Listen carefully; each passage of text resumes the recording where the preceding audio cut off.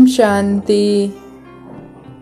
4 अक्टूबर 2021 की मुरली से भारत को खुशबूदार बगीचा बनाने वाले शिव बाबा का अपने स्वीट चिल्ड्रन प्रति होमवर्क।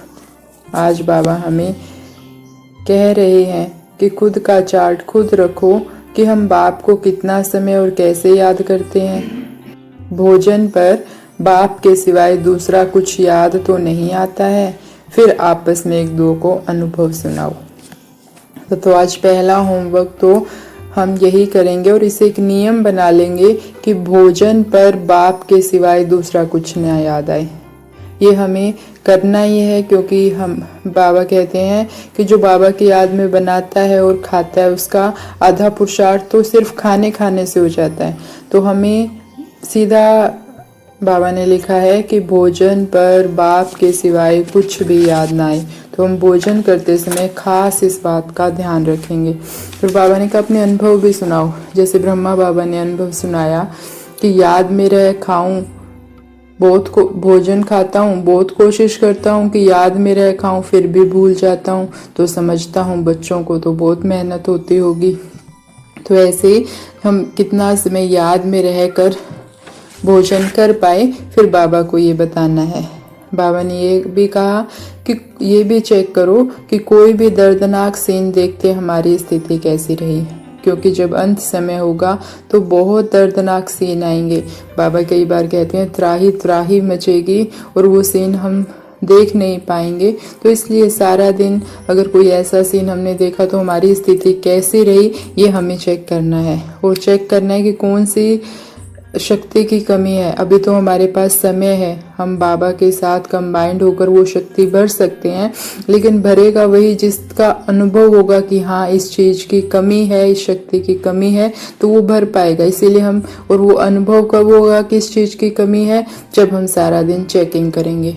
तो हमें सारा दिन चेकिंग करनी है। अगर भोजन करते समय भी हमारा ध्यान कहीं और जा रहा है तो किस में जा रहा है, किसी देहधारी में जा रहा है, परिस्थितियों में जा रहा है।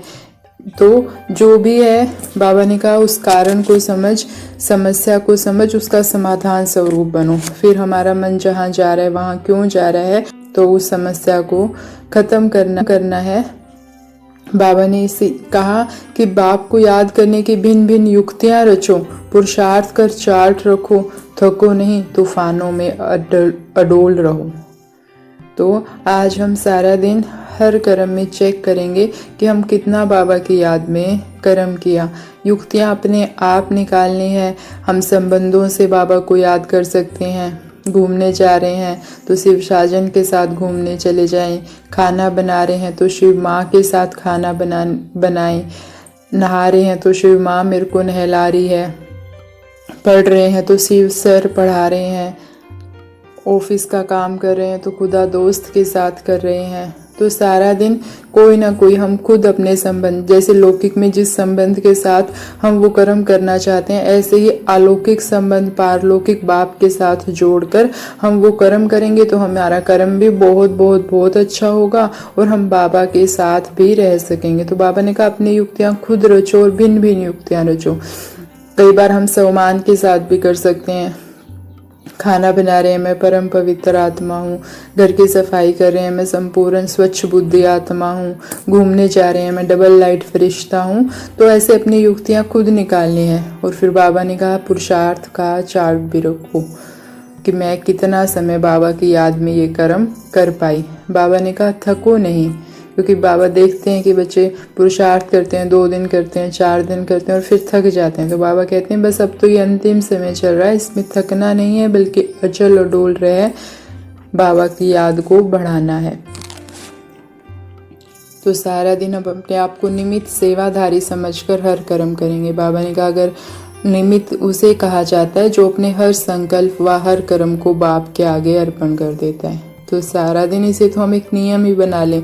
हमें जो भी संकल्प आया, अच्छा आया बुरा आया, बाबा को साथ साथ अर्पण करते जाएं।